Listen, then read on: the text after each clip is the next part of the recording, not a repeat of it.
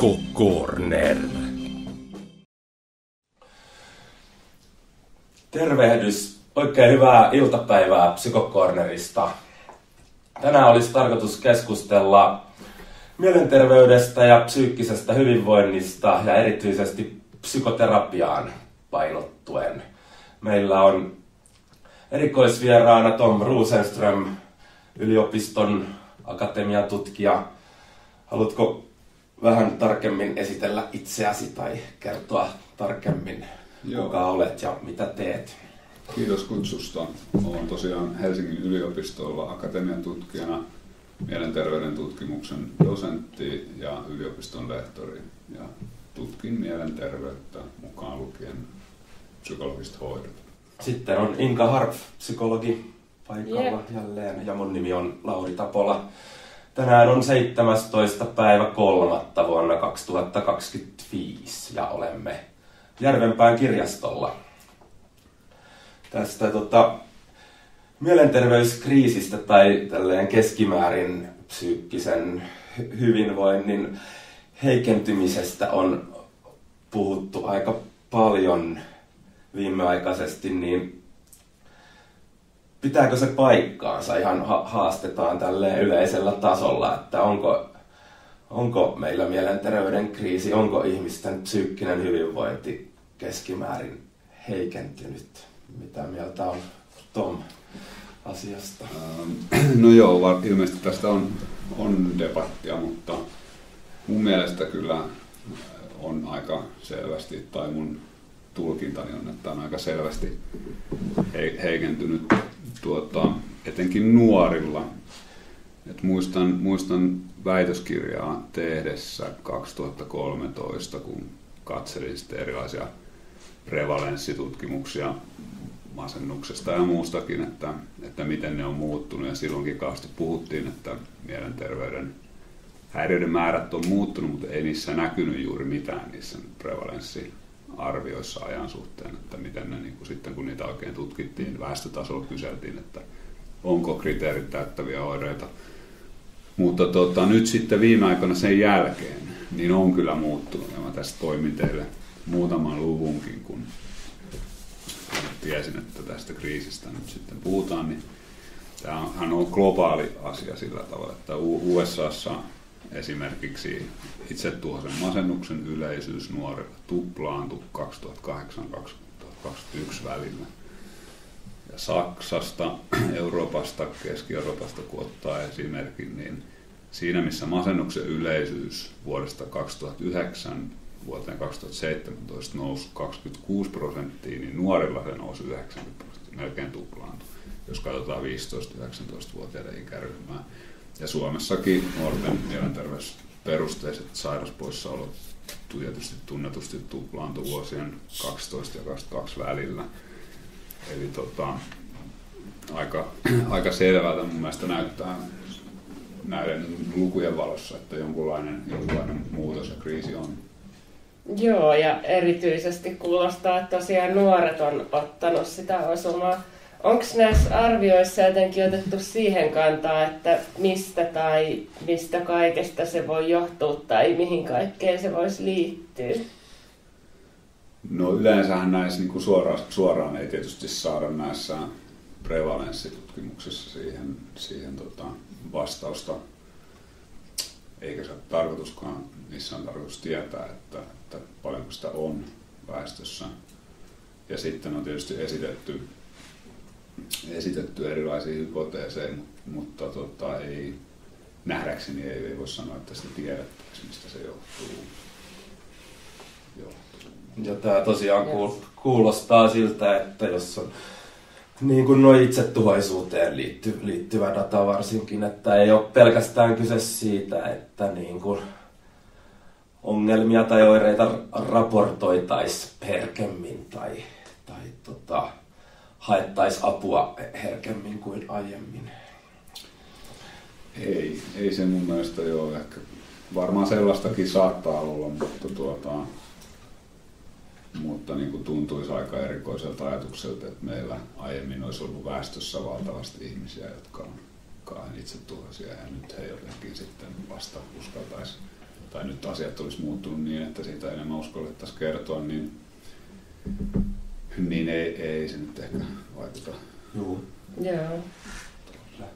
Tietysti kiinnostaa jotenkin aina, että mitä asioille pystyy tekemään, tai tietysti tämmöinen nuorten mielenterveyskriisi on aika iso kysymys ja ei varmaan yksiselitteinen, että toimitaan vaan näin ja sitten asiat alkaa mennä paremmin, mutta mitä tällä hetkellä ajatellaan siitä, että mikä on hyödyllistä apua tämmöisissä mielenterveyden häiriöissä?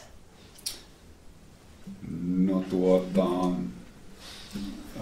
tietysti nämä psykologiset hoidot uskon, että ne on hyödyllistä ja sen takia ne kiinnostaa tutkimusaiheena.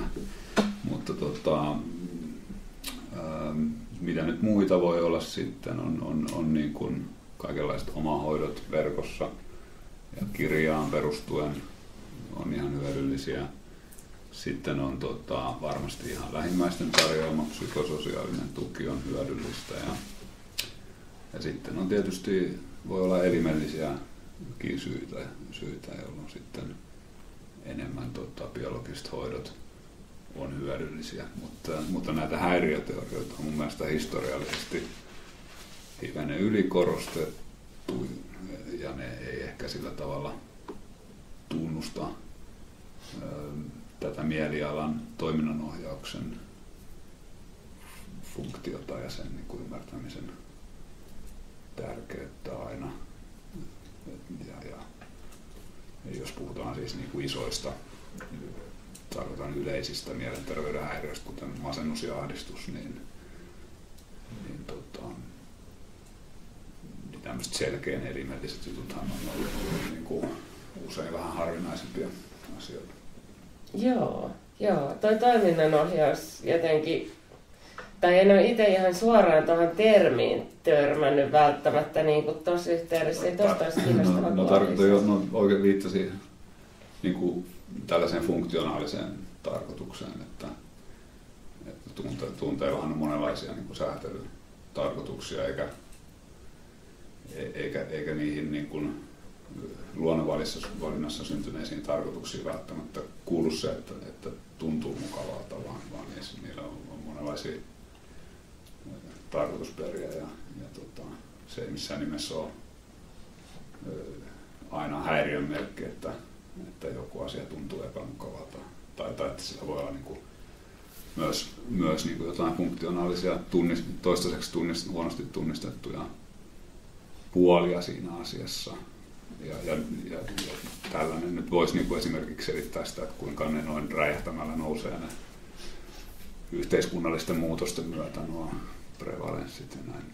Niin totta, eli tavallaan se voi olla hyvinkin terve reagointitapa semmoiseen, mikä sitä aiheuttaa tai mahdollisesti epäterveisiin olosuhteisiin tavalla tai toisella. Niin, joo, tätä oikeastaan tarkoittaa. Joo, tosi tärkeä pointti, koska aina miettii myös sitä yhteiskunnallista puolta ja sitä, että mikä yleisissä olosuhteissa joko ruokkii tai vähentää niitä mielenterveyden häiriöksi luokiteltavia tilanteita. Kyllä joo. Ja tietysti mitä tässä nyt vähän kierrellään, niin mikä tämän kriisin nousun yhteydessä tietysti on tapahtunut yhteiskunnallinen muutos, niin selvähän on tämä sosiaalisen median ja muun nousu on ajoittanut samaan ja sitä tietysti usein nostetaan mahdollisena nuoria koskettavana syynä. Niin, sehän käy hyvin yksin siinä, että se on erityisesti nuorten suhteen lisääntynyt nämä ongelmat mielenterveydessä. Tuohon vielä pakko sanoa, kun puhuttiin, että mikä kaikki on hyödyllistä apua niin kuin yksilötasolla, kun tulostin tässä taulukon British Medical Journalista, artikkeli, jota Jussi Valtonen, tutkija, kovasti tykkää esitellä, niin siellä on kävely ja hölkkäily ja kognitiivinen käyttäytymisterapia tulee vasta sen jälkeen ja täällä on kaikkea mahdollista. SSRI tulee aika myöhään, mutta tanssiminen on tuolla ihan ykkösenä, mutta tämäkin on jonkin sortin laajempi meta-analyysi. No muistan tästä jotain, mutta tämä oli ehkä tämmönen... Oliko tämä nyt masennuksen hoito? Tämä oli nimenomaan masennukseen, joo, kyllä, joo. Joo, ihan kiintoisa, mutta toki tässä niin kuin vähän varmaan kaikissa muissakin on sitten se, että mikä se outcome, mitä mitataan sitten on, että kertooko se sitten oikeasti jostain pysyvästä avusta. Joo, mä en muista tässä, mikä oli nyt tarkkaa outcome ja tätä niin tarkkaa, mutta sitten näiden kohdalla on hyvä muistaa aina myös se, että nämä efektithän ei välttämättä ole niin kuin samaa varianssia, toisiaan niin kuin selittäviä aina ja poissulkevia. Että jos miettii vaikka terapioistahan aika huonosti tiedetään, mikä niissä tarkalleen vaikuttaa, mutta sitten mitä on pystytty meta-analysoimaan esimerkiksi just CBT:tä, tässä oli ilmeisesti kognitiiviseen käyttäytymisterapiaan jotain verrattu, niin kun on näitä nettipohjaisia, niistä on kertynyt paljon dataa, joka on aika rakenteista, ja sieltä on pystytty niin kuin meta-analysoimaan isommasta aineistosta, että mikä komponentti sitä hoitoa ehkä niin kuin erityisesti olisi hyödyllistä masennuksen kohdalla, niin siellä on noussut käyttäytymisen aktivaatio keskeisenä, johon tanssi sopii niin kuin mainiosti sillä tavalla, että se niin kuin aktivoi ja myös sosiaalisesti eikä ainoastaan liikunnallisesti. Eli tavallaan se, mitä niin kuin käyttäytymisterapialla tavoitellaan, on mahdollisesti just tämän tyyppiset asiat, että niin kuin lähde tekemään asioita, lähde näkemään ihmisiä, niin kuin lähde pois sieltä yksinäisyydestä. Joo, tokihan siinä kognitiivisessa käyttäytymisterapiassa on sitten muitakin elementtejä, jotka voi niin kuin lisäksi auttaa tai auttaa eri tilanteissa, mutta käyttäytymisen aktivointi on niin kuin yksi mikä usein kuuluu pakettiin ja mikä on hyväksi osoittautunut ja sillä tavalla ei ole niin kuin ristiriidassa tähänkään. Tosin en tiedä miten hyvin tässä on. Ilmeisesti liikunnan kanssa on vähän se ongelma, että jos me tarjotaan niin kuin liikuntaa hoitona sairaalassa, niin sitä ei välttämättä, että kuinka hyvin se otetaan käyttöön. Että saadaanko ne ihmiset oikeasti yhtä hyvin kuin vaikka sitten terapiaan, niin sinne juoksuradalle tai tanssisalille, niin sehän on kanssa hyvä kysymys. Kognitiivisessa käyttäytymisterapiassa sitten on myös monenlaisia niin kuin sellaista vähän niin kuin elämän valmennuksellista taitoa tarjotaan, mitä ei sitten ehkä kuitenkaan niin kuin yleistyvässä mielessä tulee. Että jos tässä kysytään oireita heti hoitojakson jälkeen, niin se ei vielä tietysti näytä sitä, että tanssilla olisi sitten samat pitkän aikavälin vaikutukset tosiaan kuin oman käyttäytymisen tällaisella tietoisella muokkaamisella johonkin suuntaan. Tuossa on just se, että mittaamisessa voi olla sitten haasteita niin kuin päinvastaiseenkin suuntaan. Että jos ajatellaan, että lyhytterapeuttisen työskentelyn tarkoitus on niin kuin käynnistää se muutosprosessi, niin voihan olla, että se muutosprosessin käynnistäminen ottaa niin koville, että ne oireet lisääntyy siinä aluksi ja sitten vähenee vasta myöhemmin. Niin tuli vaan niin kuin päinvastaisena esimerkkinä mieleen siitä ajatuksesta, että joku tietty apu tai hoito lievittää oireita aluksi, mutta sitten ne oireet palautuvat niin muutosprosessin käynnistäminen oli yksi tämmöinen avainsana. Se ehkä tulisi mieleen niin kuin noin vaikka jonkun altistushoidon kohdalla, mutta noin muuten tietysti evidenssihän on kyllä se, että se toipuminen on kaikkein nopeinta hoidon aluksi ja sitten kun hoitoa antaa enemmän, niin se niin kuin ei yleensä niin paljon vaikuta.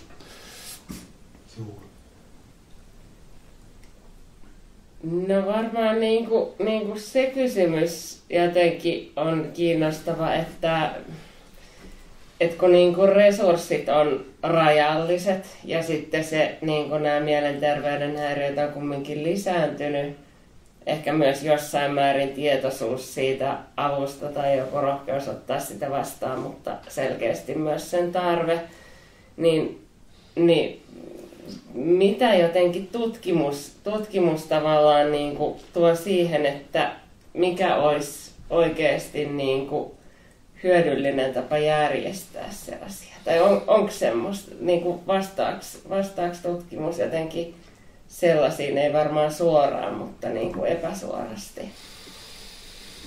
Kyllä se niin kuin aika suoraankin vastaa ajoittain. Eli silloin puhutaan yleensä niin kuin, tai parashan on aina hankalasti määriteltävä asia, että se pitäisi sitten sanoa, että mikä on parhaan kriteeri tai hyvän kriteeri, mutta jos nyt viittaa esimerkiksi niin kuin kustannusvaikuttavuuteen, että koska saadaan paras vastine sieltä tulee eurolle kansanterveydessä tai takaisin palaavissa verotuloissa tai jossain tällaisessa, niin silloin on tutkimusta ja on jonkun verran vastauksia, jotka ei tietysti ole täydellisiä. Mutta... Joo. Okei, eli nyt aletaan päästä tähän aiheen pihviin käsiksi. Mulla on tää, mitä suosittelit vilkaisemaan, tää Santo Mauron ja muiden artikkeli vuodelta 2021 Lancetissa, niin tästä tämä kuvio, että oliko se niin kuin, että 9% maailmanlaajuisesti masennuksesta kärsivistä, niin vain 9% oli saanut niin kuin, edes semmoista minimaalista riittävää apua siinä kohdin. Hoitoa niin, avusta niin. Ylipäätään minimaalisesti. Niin, mielenterveyspalvelujen tarjoamaa hoitoa. Joo, näin mä sen ymmärrän. Tai 8% se oli vaan mikä se oli luku, mutta sitä luokkaa että tarvetta olisi niin kuin enemmälle. Tietysti miten he sitten määritteli minimaalisesti riittävän, niin siitä voi sitten olla taas montaa mieltä. Kyllä. Mutta joka tapauksessa niin kuin kysyntää on huomattavasti enemmän kuin tarjontaa ainakin ollut, ja siihen ilmeisesti tutkimus pystyy vastaamaan, että miten tätä epäsuhtaa voitaisiin korjata, ja on ehkä jo lähdettykin tutkimaan ja korjaamaankin. Joo, kyllä. Joo,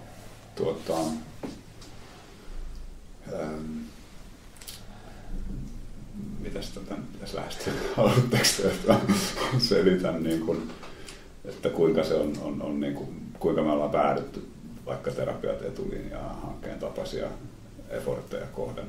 Joo. Se olisi kiinnostavaa. Se olisi ehkä kiinnostavin vaihtoehto, tai en tiedä mitä ne muut vaihtoehdot on. Joo, eli mun niin kuin käsitys ja tilannekuva on ja aika lailla tietokin on, että Terapiat etulinjaan niin kuin hyvin vahvasti mallinnettiin britannialaisen nykyisen Talking Therapies aloitteen, silloisen Improving Access to Psychological Treatments -aloitteen pohjalta, ja se perustui just tällaiseen tutkimushan on tiedostanut pitkään jo, ainakin he niin kuin viittaili silloin tutkimuksiin, että joidenka mukaan niin kuin oli silloinkin hoidon tarvetta siis jo tunnistettu, ja sitten ihmiset, moni potilaista ei myöskään halunnut lääkehoitoa, joka edelleen niin kuin lisäsi sitä niin kuin tavallaan painetta tarjota sitten psykologisia hoitoja, mutta niitä ei ollut, ja se tunnistettiin sitten tällaiset kuin Layard ja Clark, Layard oli taloustieteilijä ja Clark sitten psykoterapiatutkija, ja sitten siinä oli pari muuta, ja he niin kuin pisti niin kuin hynttyyt yhteen tässä tutkimuksessa ja sitten laskivat tällaiset niin kuin kustannusvaikutukset, että mitä jos massiivisesti koulutettaisiin lisää lyhytterapeutteja, niin kannattaisiko se valtion talouden näkökulmasta. Ja sitten he silloin ottivat silloiset parhaan tiedon mukaiset hoitovaikutustiedot ja toisaalta tiedot sairaskuluista ja työllistymisestä. Ja sitten tekivät varovaiset estimaatit, että paljon niitä voidaan parantaa ja sitten laskivat vaan yhteen rahat, että kuinka tässä käy ja totesivat, että kirkkaasti kannattaa. Ennen kaikkea se tulee siitä, että silloin siellä oliko se nyt 750 puntaa maksoi tällainen psykoterapiahoito per potilas. Ja sitten työttömyys tai niin kuin työkyvyttömyys kulut valtiolle per henki oli saman verran per kuukausi. Niin sitten se tulee nopeasti, jos niin kuin vähänkin ihmisiä saadaan töihin, niin se raha palaa ja kannattaa. Joo. Helppoa kuin heinänteko. Sinne vaan malliin mukaan ja lasketaan yhtenä. Ja sitten tietysti tämä haluttiin tuoda myös Suomeen, kun sieltä saatiin, siellähän on jo hyvin pitkälle viety se homma ja se on näyttänyt niin kuin ihan toimivalta. Niin, sitä kokemusta oli ehditty tavallaan kerätä siellä ja sitten niin kuin lähdettiin miettimään niin kuin vastaavaa tänne. Milloin se siellä niin kuin aloitettiin suunnilleen? Noita laskuja olikohan niin 2007. Joo, no mutta suunnilleen. Vielä tarkastan, että ei puhu. Suunnilleen. Yli 10 vuotta, yli 15 vuotta suunnilleen. Joo. Taaksepäin. Kuitenkin. Joo, mutta isosti ne on sitä niin kuin lisännyt siellä tosiaan. Ja sitten on paljon opittukin siitä hoidon tarjoamisesta ja kaikenlaista asioista, mitkä niin kuin voisi vaikuttaa myös tehokkuuteen ja muuta. Ja siellä onkin olennaisesti huomattu myös sitä, että yksi vaikuttava asia näyttäisi olevan se, että kuinka paljon sitä joutuu odottamaan sitä hoitoa. Että hoitotulokset on parempia, kun ne saa nopeasti. Niin se on jälleen yksi asia, joka tavallaan kannustaa siihen, että meidän pitäisi antaa joku kohtalainen hoito mieluummin nopeasti, kun pistää odottamaan loputtomiin jotain mahdollisesti erittäin hyvää, josta ei ole varmuutta, että onko se niin hyvää kuitenkaan. Joo, niin asioilla on tietysti niin kuin taipumus vahvistaa itteensä ja mutkistuu, mitä pidemmälle ne pääsee niin kuin itsensä varassa kehittymään. Se on yksi mahdollinen syy, joo. Joo. Tavallaan mua vielä kiinnostaa, että mikä tässä on nyt sitten niinku pielessä ollut tällöin, että no toki se, että ne on joutunut odottamaan, mutta onko se niinku, että keitä nämä on, joita sitten koulutettiin, että ovatko he olleet työntekijöitä, jotka ovat joka tapauksessa työskennelleet mielenterveyden niinku parissa asiakastyössä, potilastyössä. Onko se niinku ollut se ratkaisu, että heille opetetaan tämmöisiä lyhyempiä niinku interventioita, jotka on tehokkaita? Onko se ollut ongelma, että ne on aiemmin pitäneet samoja asiakkaita siellä pitempään sillä kustannuksella, että muut ei ole päässyt sitten hakemaan apua? Mikä tässä niinku on ollut pielessä? Ai siis ennen? Niin ennen tätä. Siis kyllä niinku tämä brittien IAPT-homma, niin käsittääkseni niin kyllä koulutettiin lisää. Ihan siitä ajatus oli, että niin lisätään tarjontaa. Ja voihan se tietysti olla, että ne on niin entisiä jotain työntekijöitä jostain, mutta kyllä siinä niin rahaa on ihan liikkunut se, että nyt laitetaan sitä hoitoa lisää saataville ja se on totta kai niin kuin keskeinen osa sitä ideaa, mutta sitten uskon kyllä, että sitä on myös ollut semmoista tyhjäkäyntiä hoitojärjestelmissä, että on niin kuin paljon tutkittu, mutta sitten ja mietitty, että mitäs pitäisi antaa ja tuupittu. Ja sitä niin varsinaista hoidon tarjontaa on ollut ehkä niin kuin huonosti, ainakaan semmoista niin kuin hyvin mietittyä systemaattista hoitoa. Sehän huomattiin myös tuossa IAPT-hankkeessa, että ne ei ollut niin kuin ihan välittömästi ne tulokset ei ollut niin hyviä, että sitä piti siinä niin kuin porukalla harjoitella sitä, kuinka se homma rullaa, niin ne lähti sitten niin kuin saatiin ylös niitä niin kuin vastemääriä ihmisistä, saatiin se sinne niin kuin luvattuun, puolet hyötyy tai puolet toipuu määrään se hoitoon vastaavien osuus niin kuin osin harjoituksen myötä ja koska sitä kertyi sitä tietoa siitä, että mikä milloinkin menee vikaan. Ja tämä on varmaan ollut vanhoissa systeemeissä usein, kun ei ole tehty niin systemaattisesti. Voi olla, että joku on tehnyt oikein hyvää työtä, joku työntekijä siellä, mutta sitten osa ei, ja se tieto ei ole siirtynyt toimivista käytänteistä ja näin, niin siellä on varmasti ollut paljon juuri sellaista tyhjäkäyntiä myös, jota voidaan niin kuin ihan tehostaakin. Että kai ei ole pelkästään kyse siitä, että laitetaan lisää rahaa. Joo, ja siis näähän on niitä, mistä usein niin kuin kritisoidaan sellaista yleistä tai niin kuin mielenterveydenhoitosysteemiä yleisesti, että joka portaalla vaan niin kuin arvioidaan ja koskaan ei niin kuin tapahdu sitä hoitoa. Tai sitten se, että ne käynnit on jotenkin harvajaksoisia aina jotenkin, että no mitäs kuuluu ja sitten pyöritellään ja sitten taas 3 viikon kuluttua kysytään, että mitä kuuluu, että siinä ei ole sellaista tavoitteellisuutta ja varmaan ton tyyppinen lähestyminen niin kuin vastaa ainakin noihin ongelmiin. Joo, kyllä mä voisin ajatella, että se on mielekkäämpää asiakkaille ja työntekijöille, että niin kuin tehdään ja sitten taas katsotaan, että auttoiko, pitäisikö tehdä muuta ennemmin kuin sillä tavalla, että hirveän pitkään jotenkin haudataan ja kukaan ei ole ihan varma mitä tapahtuu ja sillä tavalla, niin joo.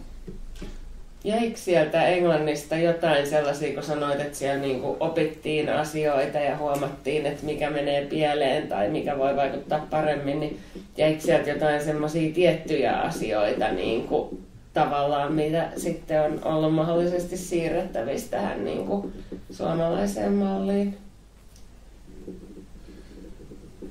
No sieltähän on siirretty siis paljon asioita. Mä en ole nyt itse ollut tekemässä sitä niinku kovaa työtä siinä mallin implementoinnissa, joten en niinku ole paras henkilö kyllä sanomaan, että mitä kaikkea sieltä nyt on niinku sitten siirretty ja tuotu. Mutta yksi niinku iso etu siellä Briteissä oli tietysti se, että kun sitten oli näitä useita eri yksikköitä, jotka tarjosi palvelua, niin sitten ne pystyy niin oppimaan toisiltaan. Et voidaan katsoa, että jossain yksikössä on paremmat tulokset kuin toisessa, niin sitten voidaan päästä kiinni siihen, kun se tieto tavallaan jää, että mitä siellä tehdään toisin ja mikä siellä on toisin, että onko ne ihmiset erilaisia. Ja sitten esimerkiksi huomattiin, että tällaisilla niin kuin sosioekonomisesti huonommin pärjäävillä alueilla niin ei niin kuin toiminut ihan samat hommat, vaan sitten niitä pystytään niin kuin pikkasen huomioimaan vaikka sitä asiakaskuntaa ja se saattaa sitten parantaa sitä hoitoon kiinnittymistä ja tuloksia sitten loppuviimeksi. Et ihan tällaisiakin niin kuin arkisia asioita, mutta se niin kuin, ehkä siinä on sitä niin kuin tietoon perustuvaa johtamista tai tällaista niin kuin järjestelmän muokkaamista, mitä voidaan sitten hyödyntää. Vastaskohan tämä nyt yhtään kysymykseen? Joo, ja tosi tärkeä kuulonen niin kun havainto toi, että tavallaan mikä myös siinä asiakaskunnassa niin kun vaikuttaa, koska ihmisethän on kumminkin yksilöitä ja tietysti ne tietyt semmoiset niin kuin myös ryhminä ominaisuudet saattaa vaikuttaa siihen, että mikä hyödyttää tai niin kuin minkä tyyppisiä asioita pystyy ensinnäkään ottamaan vastaan. Toi tavoitteellisuus, minkä tuossa toitte esiin, niin musta se on ehkä ihan yksi tärkeimmistä niin kuin varmaan pointeista tässä uudistuksessa.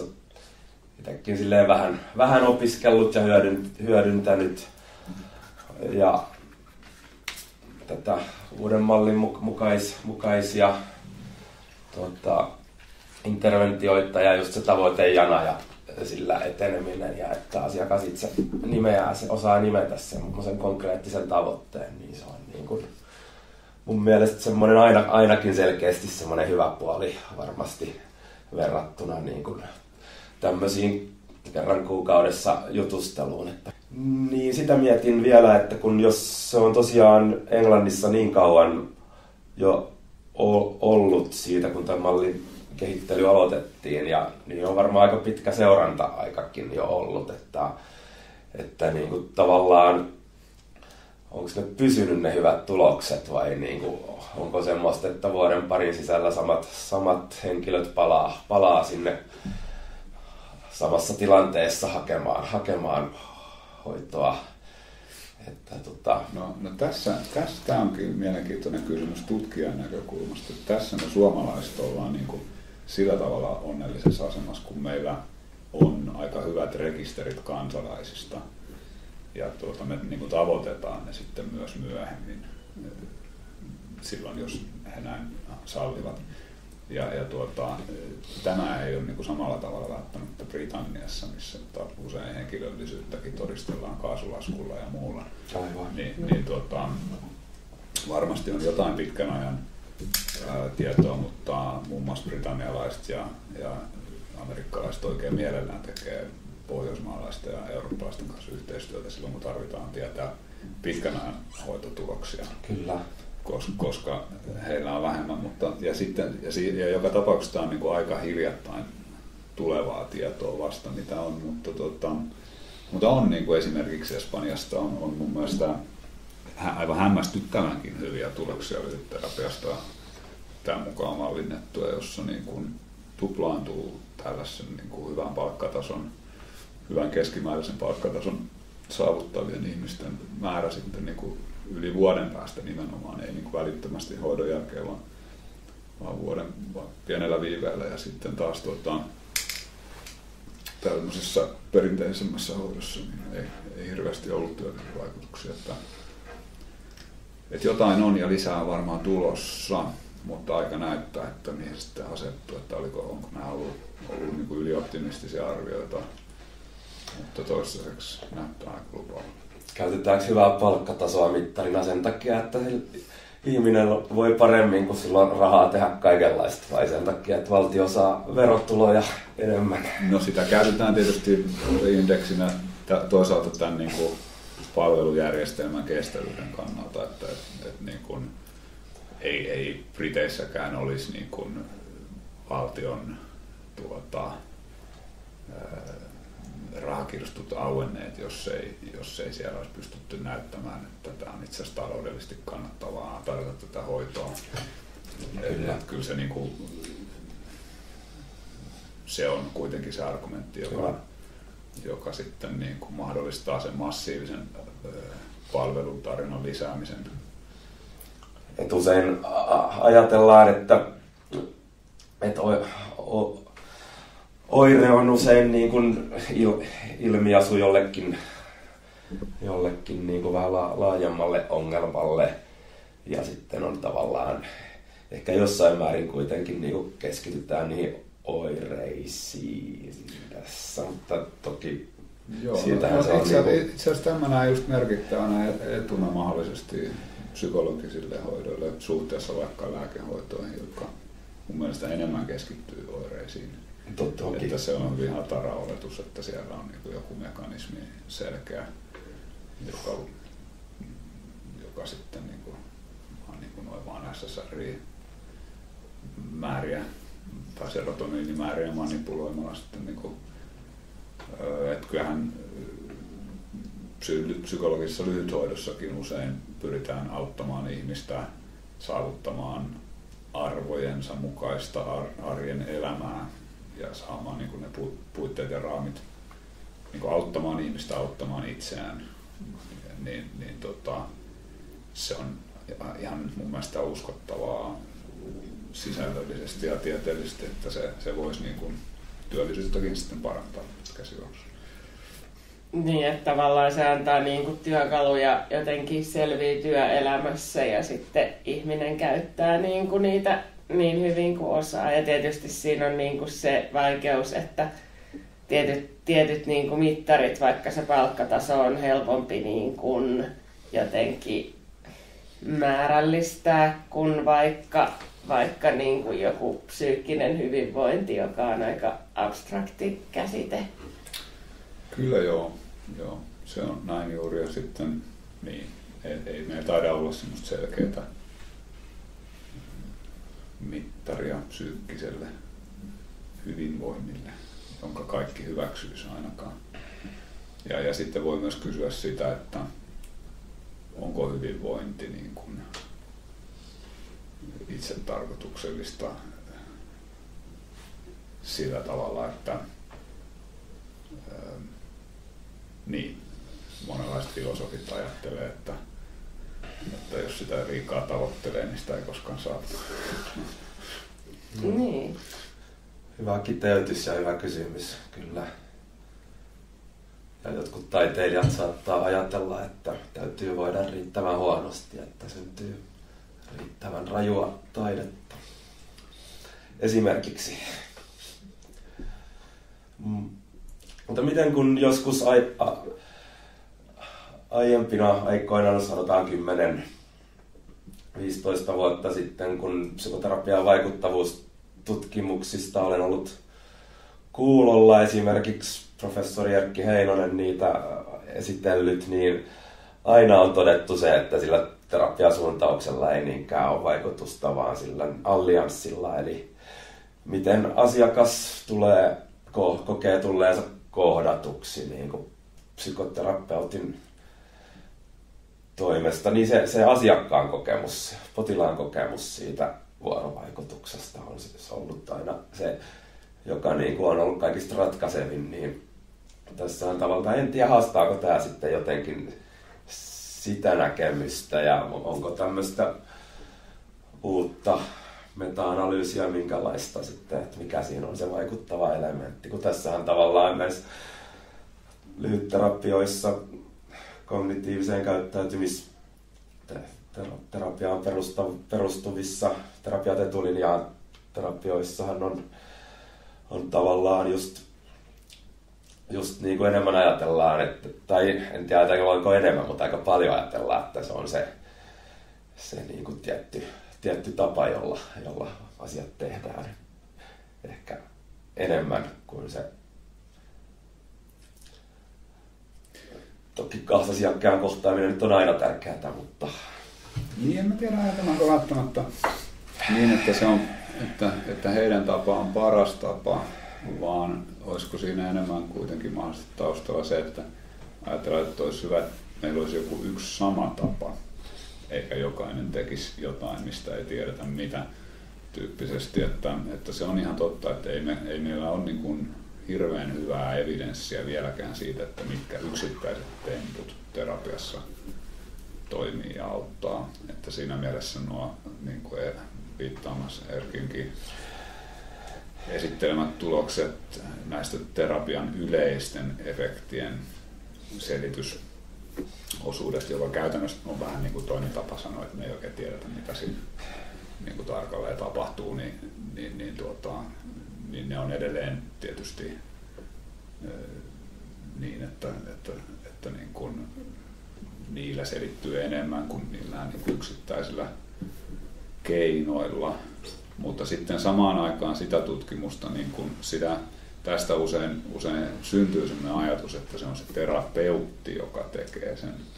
Mutta sitten sitä niin kuin ajatusta kyllä haastaa nykyään vahvasti se, että vaikka niin kuin tällaiset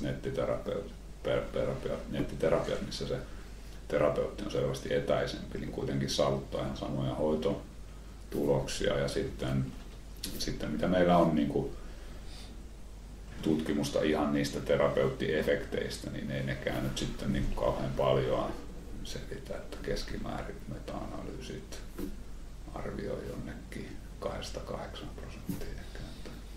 Joo. Ja varmaan vaikea tutkia just sen takia, kun se on vähän epäeettistä arpoa ihmisiä eri ryhmiin ehkä. Tai ajattelen, että nettiterapiasta voisi tietyn tyyppiset henkilöt hyötyä kovastikin, mutta joillekin se ei sovellu esimerkiksi ollenkaan. Ja sitten siis varmasti nettiterapia voi olla niinku semmoinen niinku ylivoimaisesti paras ratkaisu joillekin henkilöille, näin voisin ajatella tai kuvitella.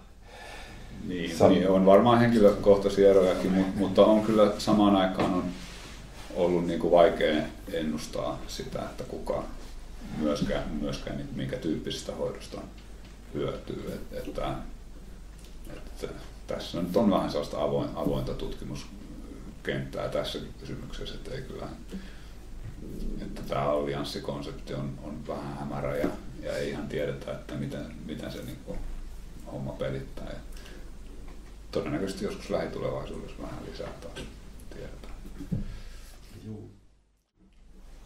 Joo, siis tossahan tuli tosi paljon tämän niin terapiaetulinjan niin ajattelun semmoisia vahvuuksia ja just se, että, että sille on ne juuret siellä ja jotenkin tavallaan koitetaan yhtenäistää sitä, että tiedetään vähän, että mitä siellä tapahtuu ja sitten, että se tulisi nopeasti se apu. Sitten tietysti paljon tai jonkin verran on ollut semmoista kritiikkiä ja ehkä ne yleisimmät pointit, mihin itse on törmännyt, on ollut se, että onko se sitten liian jotenkin, että yhtä mallia tuupataan kaikille. Tuossa tuli musta vähän vastaustakin siihen, että on ajateltu myös sitä ihmisten erilaisuutta, mutta mitä sä ajattelet tästä keskustelusta? Ehkä vähän voisi tarkentaa, että nythän siellä kuitenkin tehdään se oirenavigaattori tai joku tämän tapainen ja sitten vielä ammattilaisen arvioivasti sitten niin kuin ohjataan hoitoon, että viittaako tämä nyt niin kuin koko tähän toimintatapaan vai että se annetaan niin kuin liian häiriö tai niin kuin liian samanlaista hoitoa erilaisiin häiriöihin, mihin tämä kritiikki itse asiassa pureutuu? Varmaan ehkä osittain siihen häiriökeskeisyyteen on itse törmännyt ja sitten osittain sitä on ehkä jotenkin vastakkain aseteltu tämmöisten niin sanottujen perinteisten psykoterapioiden kanssa.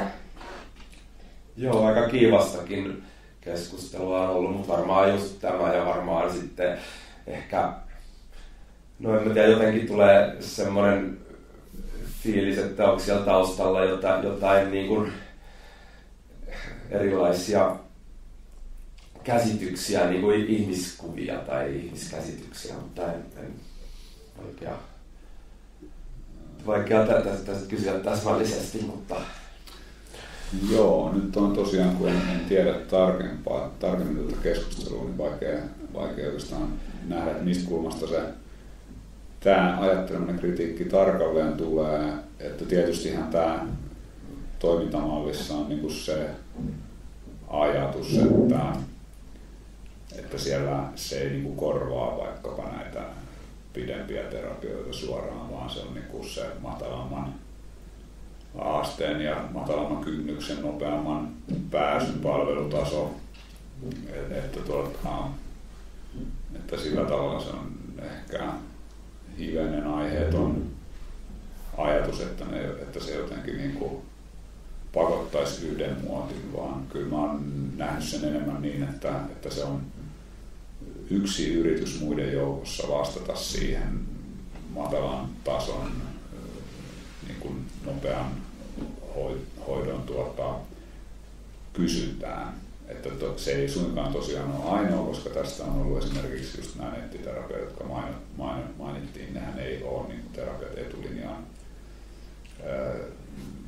lähtöjään vaan siitä hankkeesta, vaan jo varhaisempi yritys lisätä sitä tarjontaa sinne ja vähentää sitä niin kuin kysyntäpainetta ja tarjota vaihtoehtoja lääkehoidolle ja mitä kaikkea tässä nyt sitten onkaan niin kuin tavoitteita. Joo, mä luulen, että se on niin kuin, korjaa, jos olet viimeisenä seurannut sitä enemmän, mutta varmaan semmoinen niin kuin,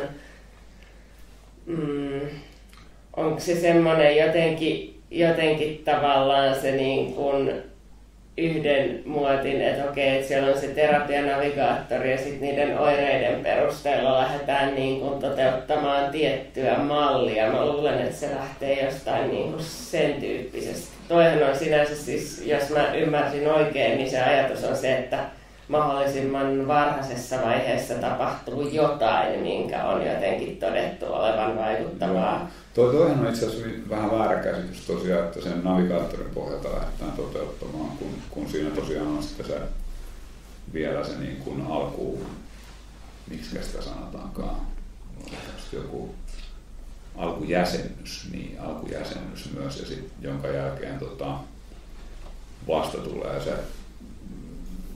hoitopäätös, että se ei koskaan mene sen pelkästään sen navigaattorin mukaan, vaan sen navigaattorin ajatus on ikään kuin jo valmiiksi antaa tietoa, jotta sitten säästyy aikaa siihen potilaan kohtaamiseen, eikä tarvitse kerätä niitä samoja tylsiä kyselylomakkeita siinä vastaanotolla sitten, kun se ihminen sinne viimein saadaan paikan päälle, vaan sitten niin kuin olisi ne jo valmiina. Ja sitten päästään suoraan asiaan ja tekemään siitä niin kuin eteenpäin juttuja.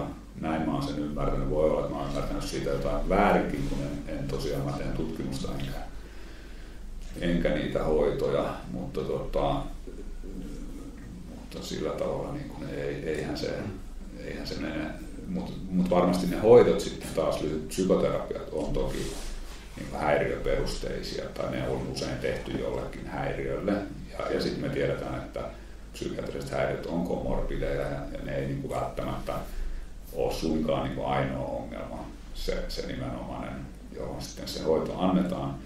Mutta toisaalta näiden hoitojenkin vaikutukset on kovin transdiagnostisia ja monet niin kuin vaikka masennuksen kognitiivisen käyttäytymisterapian tekniikat on kyllä ihan hyviä juttuja niin kuin vähän muussakin oireilussa, jolloin sitten sekään nyt ei ole sillä tavalla valtava vahinko, että mä näen sen kyllä suurempan arvon, että sitten saadaan jotain nopeasti käyntiin kuin sen, että siinä nyt ei sitten ole niin paljon joustoa kuin sitten tällaisessa pitkässä todella paljon koulutetun psykoterapeutin mahdollisuudessa valita sitten tekniikoita. Varmaan aika paljon väärinkäsityksiä voi olla. Mä oon ainakin kuullut tai luin ihan saman kritiikin, että voiko terapianavigaattori tietää paremmin kuin kokenut psykologi, kokenut psykoterapeutti. Että varmaan se ainakin kuuluisi mennä just tolleen niin kuin kerroit, mutta meneekö sitten kaikkialla ja sovelletaanko sitä jossain sitten väärällä tavalla. Terapianavigaattori on siis tällainen kyselylomake patteristo, missä aika tarkkaan yritetään selvittää, että minkälaisesta avusta hyötyisi. Joo, niinhän mä oon näin mä oon kuitenkin ymmärtänyt, että tämä terapiaetulinjahan on vaan tällainen niin kuin malli, joka ei kuitenkaan voi pakottaa mitään niin kuin hyvinvointialueita mihinkään tiettyyn toimintaan tai mitään, että sieltä tarjoaa työvälineitä, jos niitä sitten käytetään jotenkin toisin, niin se on sitten paikallinen päätös.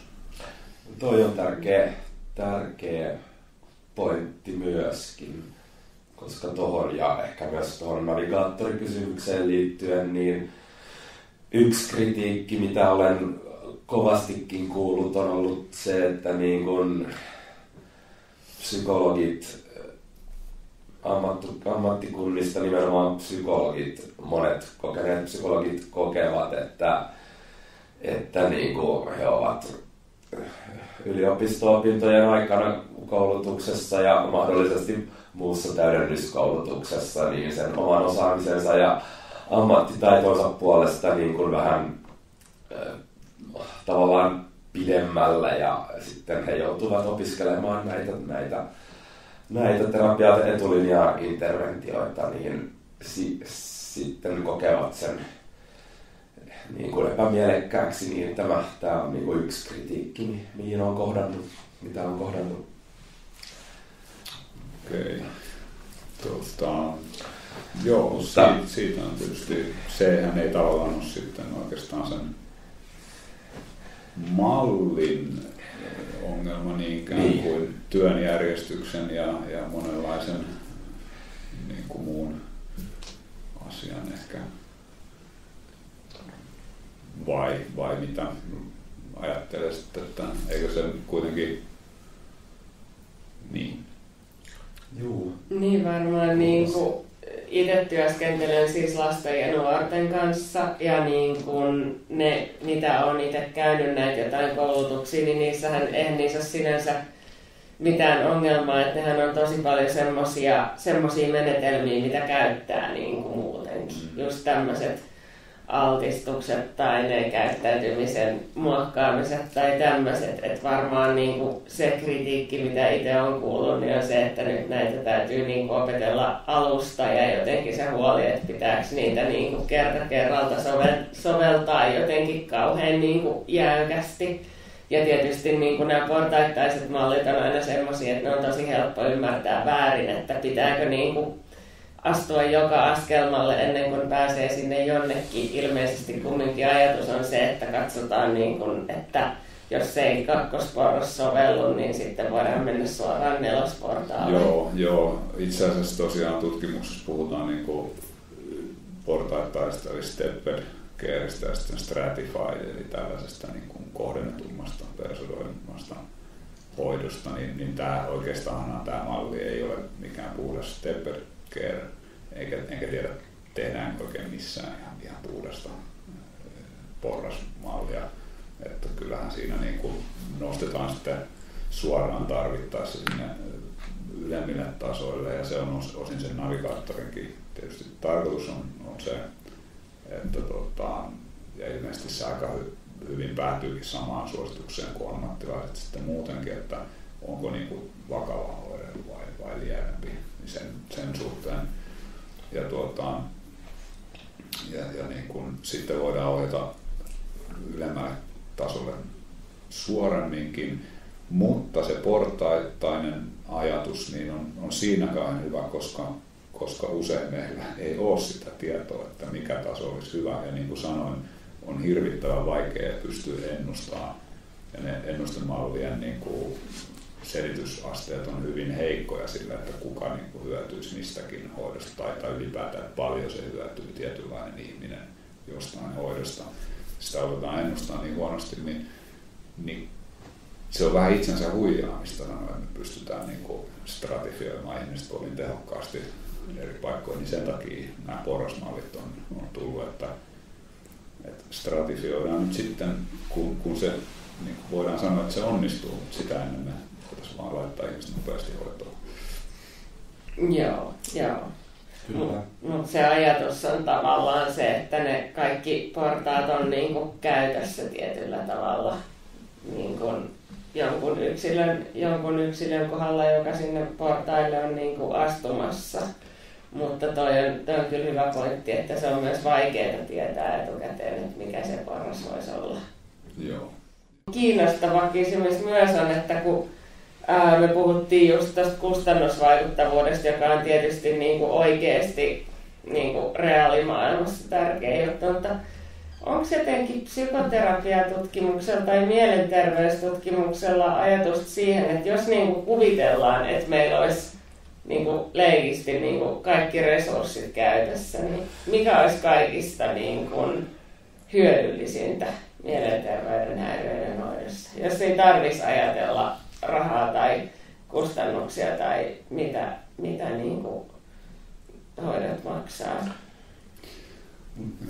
Joo, tämä oli mielenkiintoinen kysymys. Mä jouduin vähän niin pysähtyä itsekin tähän, mitä tämä tämmöinen tarkoittaisi sitten. Ja ehkä tämä on vähän tällainen tutkijan vastauskin, mitä mä siihen niin kuin ajattelin, että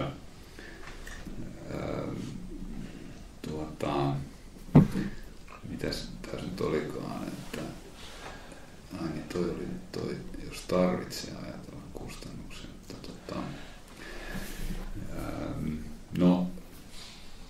totta kai se olisi ihan helppo silloin sanoa toi, että tehtäisiin nyt ainakin toi, mitä on tehty, mihin nämä pyrkii nämä brittien IAPT ja meidän terapeutetullinen, eli paranneta sitä pääsyä sitten kunnolla sinne peruspalveluihin, terveys- ja sosiaalipalveluihin ja matalan kynnyksen arjen apua ihmisille. Sitten taas yleisten mielenterveyden häiriöiden näiden psykologisten hoitojen puolella, jos niin kuin mistä nyt on tässä paljon puhuttu, niin voisi alkuun tarjota ihmisille enemmän niin kuin valinnanvaraa. Ja sitten samalla mä lisäisin massiivisesti tutkimusta siihen, mikä toimii ja mikä auttaa. Ja kuinka hoidot on järkevä kohdentaa. Koska viime kädessähän se on ammattilaisilta vähän vastuunpakoilua sanoa, että potilas tietää parhaiten. Ihan kuin sillä potilaalla olisi niin kuin saman verran aikaa käytettävissä ja koulutusta ja kaikkea. Niin kyllä se on niin kuin ammattilaisten tehtävä sitten lopulta selvittää, että mitkä on hyviä suosituksia ja mitkä ei. Ja muutenkin se palvelujärjestelmähän on kokonaisuus, joka tarvitsee tutkimusta pysyyksen ajantasaisena. Niin sitä tutkimusta mä toisin sinne lisää. Nythän meillä on aika vähän sitä.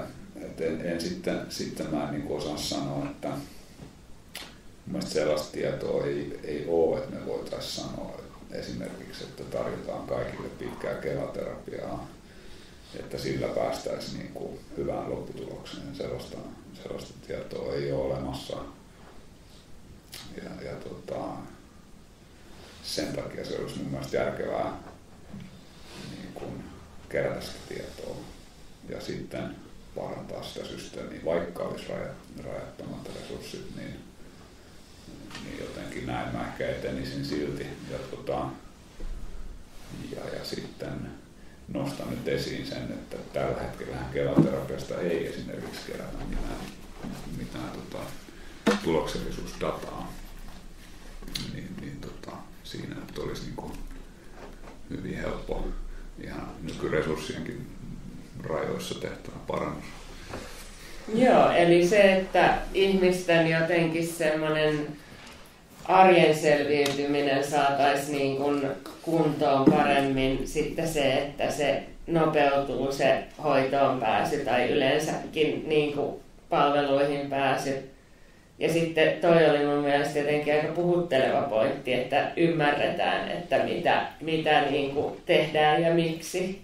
Et se siis yksi semmoinen, mitä kuulee myös tai lukee ihmisten kannanottoja, että mikä on turhauttanut, niin se, että kysytään, että no mitä te haluatte, että mä teen tälle. Ja sitten, niin kuin, että no jos tietäisin, niin sitten olisi varmaan jo jollain tavalla toteuttanut sen. Niin se on ihan siis silleen hyvä kysymys, että sitä tutkimusta on tai ymmärrystä tietoa siitä, että mikä toimii, niin on lopulta vielä aika vähän. Joo. Ja mä uskon, että sen niin kuin lisääminen voisi osaltaan vastata myös tuohon, minkä Lauri nosti tämän, että ammattilaisia nyppii se niin kuin jonkunlainen ylhäältä tuleva vaikutelma siitä, että jotain annetaan ylhäältä, niin se niin kuin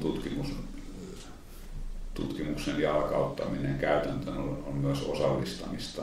Eli ihmiset silloin olisi niin kuin mukana miettimässä sitä, että mitkä jutut ja järjestelmät toimii, niin silloin on paljon parempi motivaatio tehdä sitä perustuunia ja vääntää, kun näkee sen merkityksen siinä. Sehän varmaan, vaikka olisi minkälaiset taloudelliset resurssit, niin on mahdotonta, että kaikki apua tarvitsevat massat voisivat saada pitkään kouluttautuneita psykoterapeuteilta kelaterapiaa, kun tuskin niin paljon löytyy ihmisiä, jotka haluavat opiskella psykoterapeuteiksi, että kaikki saataisiin sellaisiin. Ja okei, sellaista tutkimusnäyttöäkään ei ollut, että siitä olisi hyötyäkään, että kaikki sellaiseen pääsisivät. Niin, ja onko kaikki motivoituneita käymään pitkään tai tiiviisti psykoterapiassa? Sekin on tietysti kysymys.